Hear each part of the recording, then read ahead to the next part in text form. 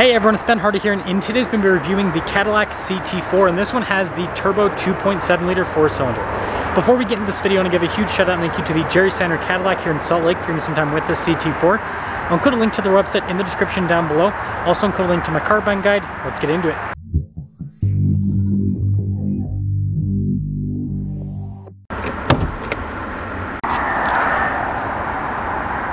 Under the hood we have a turbo 2.7 liter 4-cylinder that goes through a 10-speed automatic. Fuel economy is 21 around town and then 29 on the highway. Power outputs are 310 horsepower and then 350 pound-feet of torque. And then the 0 to 60 time is 4.8 seconds.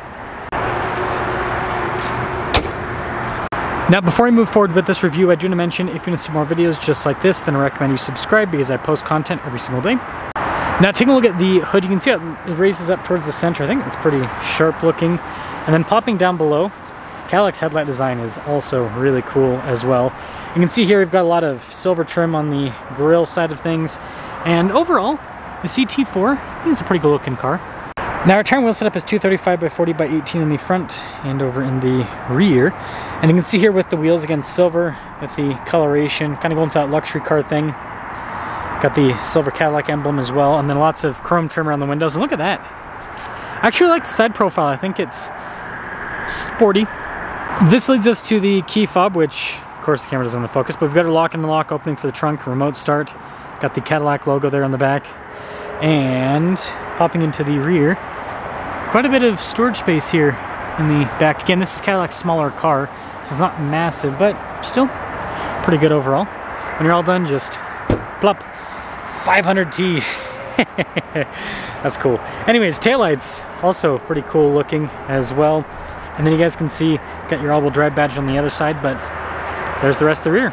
And then this leads us inside, where you can see you've got a bunch of soft touch trim here down below as well. And then here are the seats, perforated all down the center. And quickly pop in. Ooh, kind of cramped, but got a little storage pocket. Got some vents here in the back. And the roofline does slope a bit, so yeah, it's definitely a tighter fit back here. But I will say these seats, they're comfy. And then this leads us up front, where, again, we've got more of that soft touch memory seat functionality. Blind spot ring with the mirrors. Again, with the lighter trim down below. Automatic for the front two windows. And then here's the front seat, perforated all down the center. All of our adjustments on the side. And you can see for the heads-up display here, parking brake, nice trim on the dash too.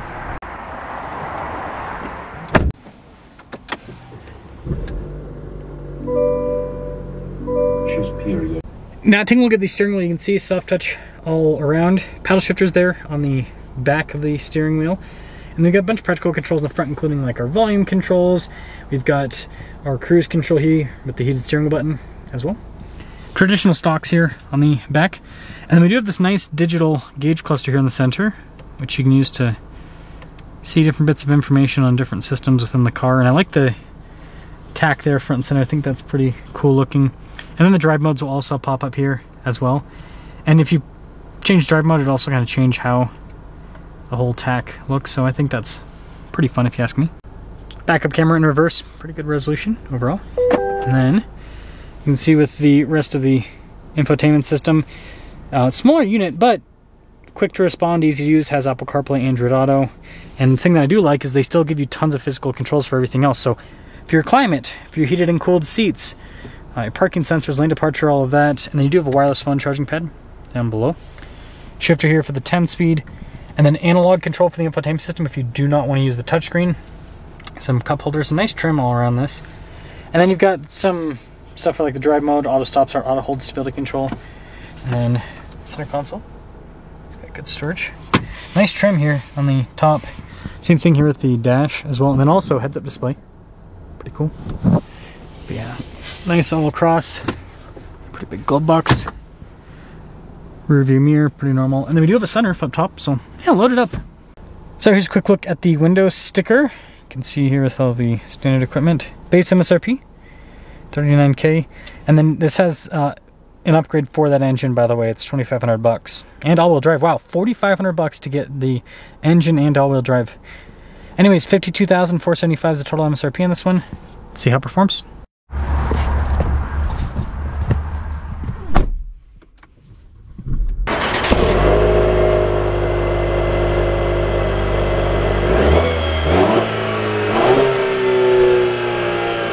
Talk about visibility before we set off. There's visibility of the hood, and there's heads-up display. Blind spotting. Yeah, pretty good.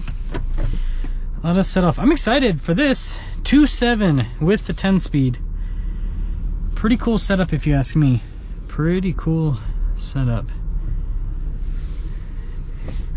And I won't be able to do it today, but another day I'll get a review on the regular 2.0. Talk about how that performs in the CT4, and then obviously, you know, V and all of that as well down the road. I really want to review a CT5 with the 6-cylinder, but those seem to be hard to come by. Now the interesting thing is, this is the only time I've seen this engine with a 10-speed.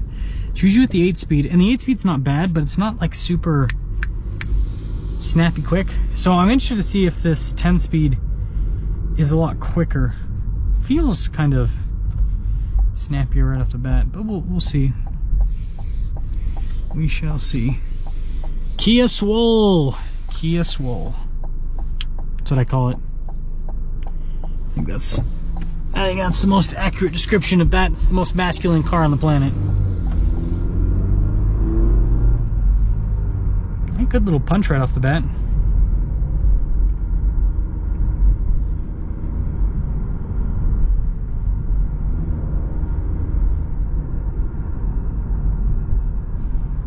Yeah, not too shabby. Torque's really good.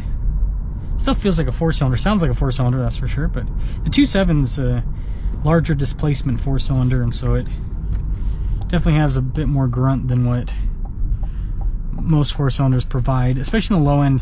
One downside about like those smaller, like a 2-liter 4-cylinder, for example, and you know, when I test out that 2.0, kind of see what that's like. But usually the downside is just you don't get a lot of low end punch. It's a little bit on the lackluster side of things. Smooth.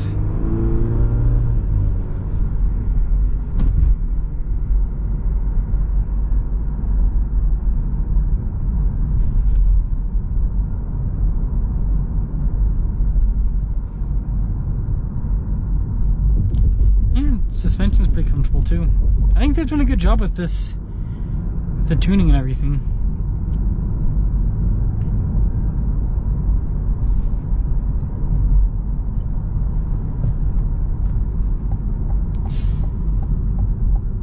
Yeah, Cadillacs are kind of underrated, I think. They're really like this, they're just well built. Like everything's very tight in here. And they drive pretty darn well. And again, this is a smaller Cadillac. And all the tech's easy to use. And it's, I mean, it's not dirt cheap, but I mean, it's pretty, considering the power outputs and everything, it's pretty reasonable with the price. I mean, this is a BMW 3 Series competitor. All-wheel drive, 50 grand, just over that. I mean, a BMW 330i, it's like 60 grand. Similar equipment to what this has, so it's like Cadillac definitely undercuts the competition big time when it comes to pricing. So that's what surprises me, that there's not more people that go for Cadillac, because I don't know, I think they're good looking cars and they drive well and the features are there. And in this world of 4-cylinders, right? That's the other thing that confused me, is like I could get it if like the BMW, we're talking about like M340i, right? 6-cylinder versus 4-cylinder, but no, it's like we're comparing 4-cylinders, and this has more power, more torque than BMW's 4-cylinder in the 330i, because that puts out 200 and, gosh, I might be off by a little bit, but I think it's 255, 295 for the power. Or is that Mercedes? They're all very close. I think it's somewhere around there though. I think it's like mid 200s and then almost 300 pound-feet of torque. So this has more horsepower than the BMW has torque. I think that's something that speaks for itself. right off the bat. But get one more acceleration here with this 2.7. What a monster. God, for a 4-cylinder, this engine's impressive. So let me guys think about the CT4. I'll test out the 2.0 another day, but 2.7 for a 4-cylinder, it's impressive. And I hope they put this 10-speed in the Silverado and the Colorado soon, because this is a nice, snappy transmission.